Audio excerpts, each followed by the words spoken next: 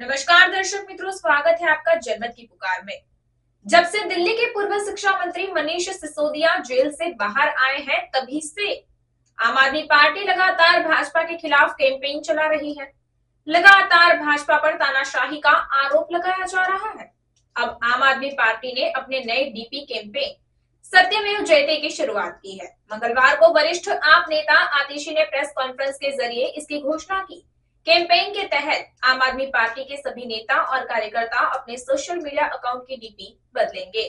इस मौके पर वरिष्ठ आप नेता आतिशी ने कहा कि पिछले 2 साल भाजपा की केंद्र सरकार ने उनकी तानाशाह सरकार में आम आदमी पार्टी को परेशान करने में कोई कसर नहीं छोड़ी है।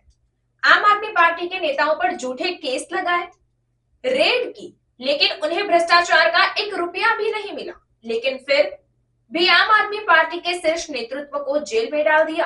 मनीष सिसोदिया जी को गिरफ्तार किया, सत्येंद्र जैन जी को गिरफ्तार किया, संजय सिंह जी को भी गिरफ्तार किया, दिल्ली के लोकप्रिय मुख्यमंत्री अरविंद केजरीवाल जी को गिरफ्तार किया।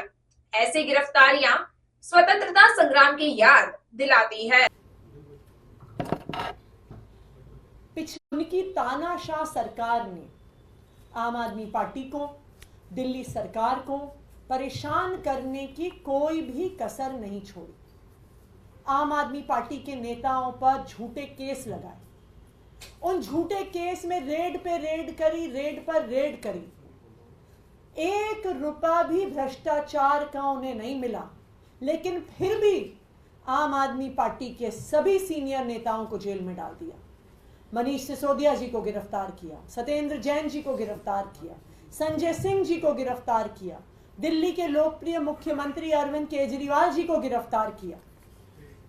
ऐसी गिरफ्तारियां हमें स्वतंत्रता संग्राम की याद दिलाती हैं। उस समय में भी जो अंग्रेजों के खिलाफ लड़ रहे थे, उनको भी झूठे मुकदमों के तहत जेल में डाला जाता था। जवाहरलाल नेहरू जी जेल में रहे, लाला लाजपत राय जी जेल में रहे, महात्मा गांधी जेल में रहे।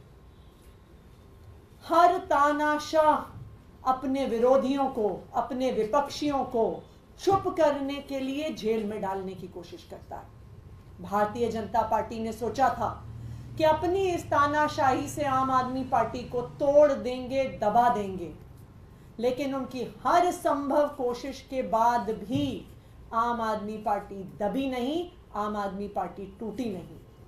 और आखिरकार मनीष सिसोदिया जी के जेल में 17 महीने होने के बाद भी जीत आखिरकार सच्चाई की हुई और सुप्रीम कोर्ट के आदेश से मनीष सिसोदिया जी बाहर आए। आज इस सच्चाई की जीत के उपलक्ष्य में आम आदमी पार्टी एक कैंपेन सत्यमेव जयते का डीपी कैंपेन शुरू कर रही है। आज से आम आदमी पार्टी के सभी सोशल मीडिया हैंडल्स पर, चाहे वो ट्विटर पे हो, चाहे वो फेसबुक पे हो, चाहे वो व्हाट्सएप पे हो, सत्यमेव जयते के डीपी कैंपेन की शुरुआत हो रही है। हम पूरे देश को ये बताना चाहते हैं, हम भारतीय जनता पार्टी को ये बताना चाहते हैं कि वो हमें कितना भी परेशान कर लें, वो हमें तोड़ नहीं सकते हैं। वो कितने समय भी हमारे नेताओं को जेल में डाल लें, लेकिन जीत आखिरकार सच्चाई की ही होती है। तो आज दोपहर 3 बजे से सारे आम आदमी पार्टी के नेता, सारे आम आदमी पार्टी के हैंडल्स, सारे आम आदमी पार्टी के कार्यकर्ता सत्यमेव जयते की इस डिस्प्ले पिक्चर को एक कैंपेन के तौर पे शुरू करेंगे। Thank you. मैम, इसको के अलावा एक मुद्दा और है कि इस बार दिल्ली में स्वतंत्रता दिवस के मौके पर झंडा कौन फहराएगा? हम 15 अगस्त को झंडा क्यों फहराते? क्योंकि स्वतंत्रता दिवस 15 अगस्त 1947 वो दिन था जिस दिन पर भारत के लोगों को खुद पर राज करने का अधिकार मिला। 15 अगस्त 1947 से पहले भारत में अंग्रेजों का राज होता था। अंग्रेज एक वाइसरॉय को भेजते थे जो अपनी मन मर्जी से सरकार चलाता था। भारत के लोगों का उस सरकार में कोई अधिकार नहीं होता था, कोई आवाज नहीं होती। तो हम 15 अगस्त को झंडा लोकतंत्र के लिए फहराते हैं, आज़ादी के लिए फहराते हैं, भारत के लोगों की आवाज़ सुनने के हक के लिए फहराते हैं। लेकिन आज एक चुनी हुई सरकार के झंडा फहराने के अधिकार को छीना जा रहा है। आज दिल्ली में ऐसा लग रहा है कि एक नए वाइसरॉय आ गए हैं, एक नए वाइसरॉय आ गए हैं जो कह रहे हैं झंडा वो फहराएंगे। मैं एलजी साहब से कहना चाहती हूँ कि 15 अगस्त को हमें यूनियन जैक नहीं फहराना है। 15 अगस्त को हमें स्वतंत्र भारत का तिरंगा फहराना है, और वो तिरंगा फहराना देश के लोगों का अधिकार है, दिल्ली के लोगों का अधिकार है, दिल्ली के लोगों द्वारा चुनी हुई सरकार का अधिकार है। और अगर चुनी हुई सरकार को झंडा नहीं फहराने दिए जाता तो इससे बड़ा तानाशाही का कोई प्रमाण नहीं हो सकता। तो हम देखेंगे कि भारतीय जनता पार्टी तानाशाही के साथ खड़ी है कि लोकतंत्र के साथ खड़ी है। आपके हिसाब से इसका रूल क्या है? कुछ नियम बने हैं कि कौन या किसको फहराना चाहिए तिरंगा? देखिए, जो तिरंगा है वो चुनी हुई सरकार फहराती है। चुनी हुई सरकार के मुखिया होने के नाते मुख्यमंत्री फहराते हैं, लेकिन मुख्यमंत्री अभी जुडिशियल कस्टडी में है, उन्हें झूठे केस में गिरफ्तार करके जेल में रखा हुआ है।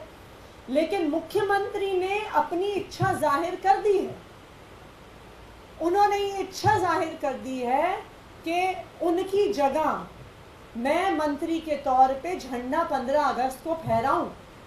उन्होंने पहले एक चिट्ठी लिखी तिहाड़ से एलजी साहब को, वो तिहाड़ जेल जहां से सुकेश चंद्रशेखर की हर चिट्ठी एलजी साहब को पहुंचती है, जिस चिट्ठी के आधार पे एलजी साहब सीबीआई इंक्वायरी भी कर देते हैं।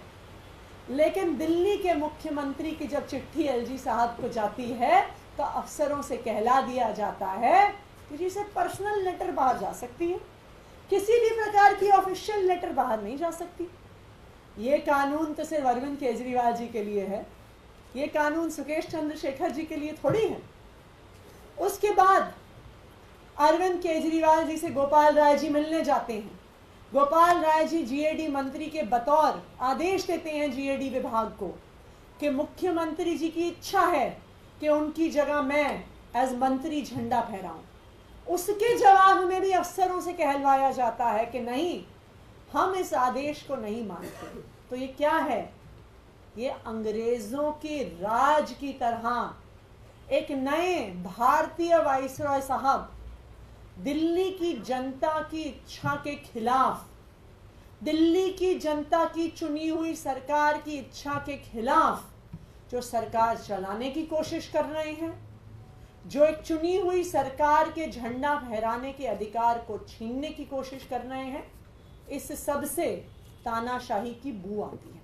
मैम, लेकिन अगर आपने हमारा अभी तक चैनल सब्सक्राइब नहीं किया है तो कृपया चैनल सब्सक्राइब कर लें, लाइक करें, शेयर करें, कमेंट करें। तो मिलते हैं फिर किसी और खबरों के साथ।